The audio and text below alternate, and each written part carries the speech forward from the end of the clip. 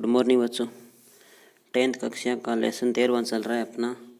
उसका भाग 4 है। 3 वीडियो हम अध्ययन कर चुके हैं। 3 भाग हैं 3 वीडियो के अंदर। चौथे भाग के अंदर प्रश्न पहला लिखा हुआ अपशिष्ट से होने वाले नुकसान, यानी अपशिष्ट से कौन कौन से नुकसान हो सकते हैं लिखिए। पॉइंट बना के नुकसान लिखे हुए हैं। पहला नुकसान होता है किसी भी स्थान पर पड़ा अपशिष्ट वहाँ की प्राकृतिक सुंदरता को खराब करता है। अपने को पता है गंदगी कहीं पर भी होगी वो वहाँ की प्राकृतिक सुंदरता को जरूर खराब करेगी। दूसरा लिखा हुआ है जैव निम्नीकरण अपशिष्ट है, और जो मेडिकल का अपशिष्ट होता है वो गंभीर संक्रमण के स्रोत होते हैं। जैव निम्नीकरण होता है वो उसके अंदर वो नमी की उपस्थिति होने के बाद वो सड़ांध मारने लग जाता है, जिससे अनेक प्रकार के संक्रमणकारी जीव उसके पास पनप जाते हैं। इसी प्रकार से मेडिकल का कोई भी अपशिष्ट होता है, पट्टियाँ वगैरह, वो संक्रमण के स्रोत होते हैं। तीसरा अपशिष्ट का नुकसान है कि अपशिष्ट दुर्गंध पैदा करते हैं।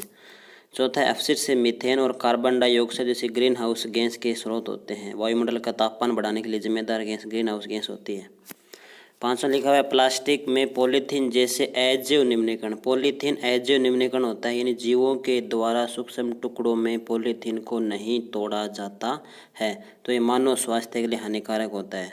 दूसरी बात पॉलीथीन के बारे में लिख दी कि पॉलीथीन और प्लास्टिक होता है, गाय है, कोई अन्य पशु है, पक्षी है, उनके स्वास्थ्य और मिट्टी की उपजाऊ क्षमता को प्रभावित करते हैं।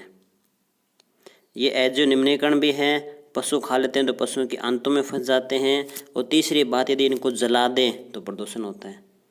तो प्लास्टिक या पॉलीथीन नुकसानदायक है हमारे लिए।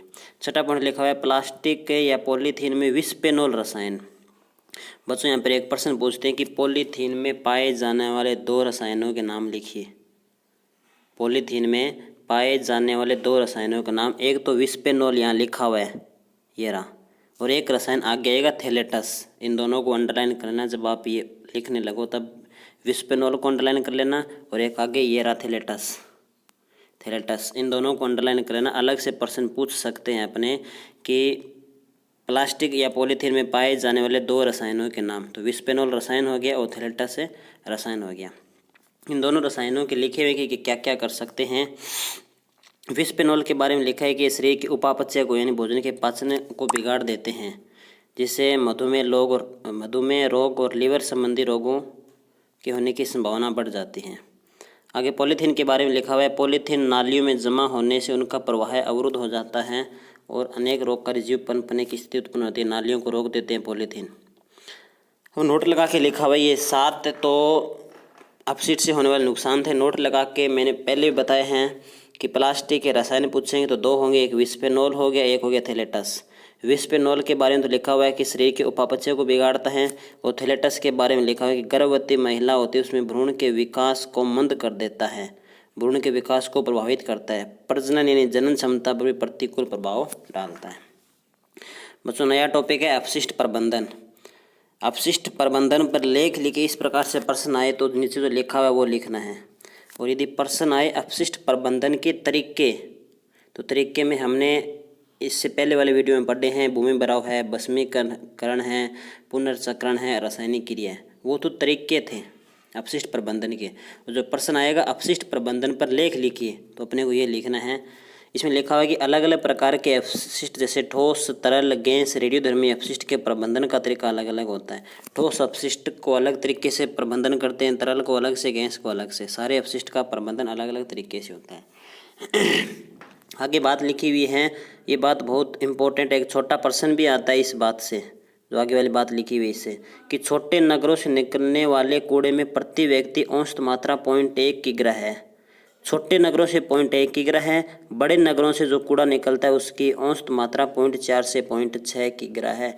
अपना एक प्रश्न भी है कि छोटे नगरों से बड़े नगरों से निकलने वाले कूड़े की औसत मात्रा कितनी होती है, तो ये अंडरलाइन करना। छोटे नगरों से होती है 0.1 और बड़े नगरों से होती है 0.4 से 0.6 किग्रा। तीसरा पॉइंट लिखा हुआ है कि जैव निम्नीकरण और अजैव निम्नीकरण का पृथक्करण घरेलू स्तर पर ही प्रारंभ होना चाहिए। यानी हम पढ़ रहे हैं अपशिष्ट प्रबंधन पर लेख, तो जैव निम्नीकरण और अजैव निम्नीकरण जो अपशिष्ट होते हैं उनको घरेलू स्तर पर हम अलग अलग करके निस्तारण करें, अलग अलग कर दें उनको पहले से, तो उनका निस्तारण आसानी से हो सकता है। आगे लिखा उचित प्रबंधन द्वारा अपशिष्ट रहित विकास संभव हो सकता है। प्रबंधन उचित होगा तो अपशिष्ट के बिना भी विकास संभव हो सकता है। इसमें सरकारी तंत्र है, स्वयंसेवी संस्थाएं हैं, नागरिक है, सभी की जिम्मेदारी होगी समान रूप से। ये है अपशिष्ट प्रबंधन पर लेख लिखिए, तब तो ये लिखना है। और यदि प्रश्न आ जाए अपशिष्ट प्रबंधन के तरीके, तो हमने जो पहले 4 तरीके पढ़े हैं वो लिखना है। अब एक प्रश्न है कि अपशिष्ट प्रबंधन है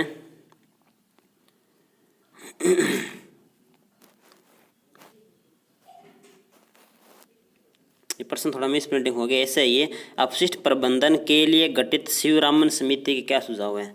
अपशिष्ट प्रबंधन के लिए शिवरामन समिति गठित की गई थी, उसके 4 सुझाव थे। पहला सुझाव तो ये है कि अलग अलग प्रकार के बड़े बड़े कूड़ेदानों की स्थापना करना, अलग अलग प्रकार के बड़े बड़े कूड़ेदानों की स्थापना करना। दूसरा है वाहित मल के निस्तारण की उचित व्यवस्था करना। तीसरा है नगरों में कूड़ा एकत्रित करने की समुचित व्यवस्था करना। और चौथा होता है कूड़े के ढेरों को जलाकर भस्म करना। वैसे तो जलाना कई शहरों में अपराध घोषित कर दिया गया क्योंकि इससे प्रदूषण होता है, लेकिन शिवरामन समिति के अंदर ये दिया हुआ है। अब पाठ्य पुस्तक के प्रश्न हैं 4 लिखे हुए हैं, जिनके उत्तर मैं बोल दूं, आप लिख लेना। पहला है मेडिकल अपशिष्ट होता है, उसके निस्तारण के लिए कौन सी तकनीक उपयुक्त होती है। इसके लिए होती है भस्मीकरण। भस्मीकरण में हमने देखा था कि मेडिकल का जो भी अपशिष्ट होता है वो संक्रमणकारी होता है, उनको जला देते हैं, तो इसका उत्तर होगा भस्मीकरण। ये पहला प्रश्न है पाठ्य पुस्तक का अपना। दूसरा है पुनर्चक्रण किस प्रकार के अपशिष्ट के लिए। पुनर्चक्रण धात्विक अपशिष्ट होते हैं उनके लिए ज़रूरी होता है, धात्विक अपशिष्टों का पुनर्चक्रण किया जाता है। बच्चों इस पाठ के लगभग 2 वीडियो और बनेंगे, उसके बाद ये पाठ कंप्लीट हो जाएगा। और जितना इन वीडियो में मेरे द्वारा बताया गया है उतना सारा उतार लेना, उससे बाहर कोई भी प्रश्न नहीं आएगा। आगे वाला है निम्नलिखित में से प्रमुख ग्रीन हाउस गैस कौन सी है। बुक में इसके ऑप्शन लिखे हैं वो देख लेना। तो green house gas carbon dioxide होती है। ऑप्शन में हाइड्रोजन लिखा हुआ है, कार्बन मोनोऑक्साइड लिखा हुआ है, सल्फर डाइऑक्साइड लिखा हुआ है, तो वो न होकर कार्बन डाइऑक्साइड होगी। आगे वाला लिखा है भारत के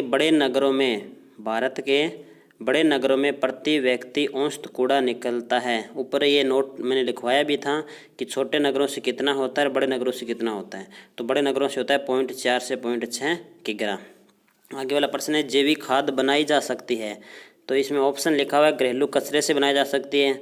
दूसरा ऑप्शन लिखा हुआ है कृषि अपशिष्ट से बनाई जा सकती है। तीसरा लिखा हुआ है दोनों से, और चौथा लिखा हुआ है कोई नहीं। तो इसका ऑप्शन होगा तीसरा, घरेलू कचरे से और कृषि अपशिष्ट दोनों से हम जैविक खाद बना सकते हैं।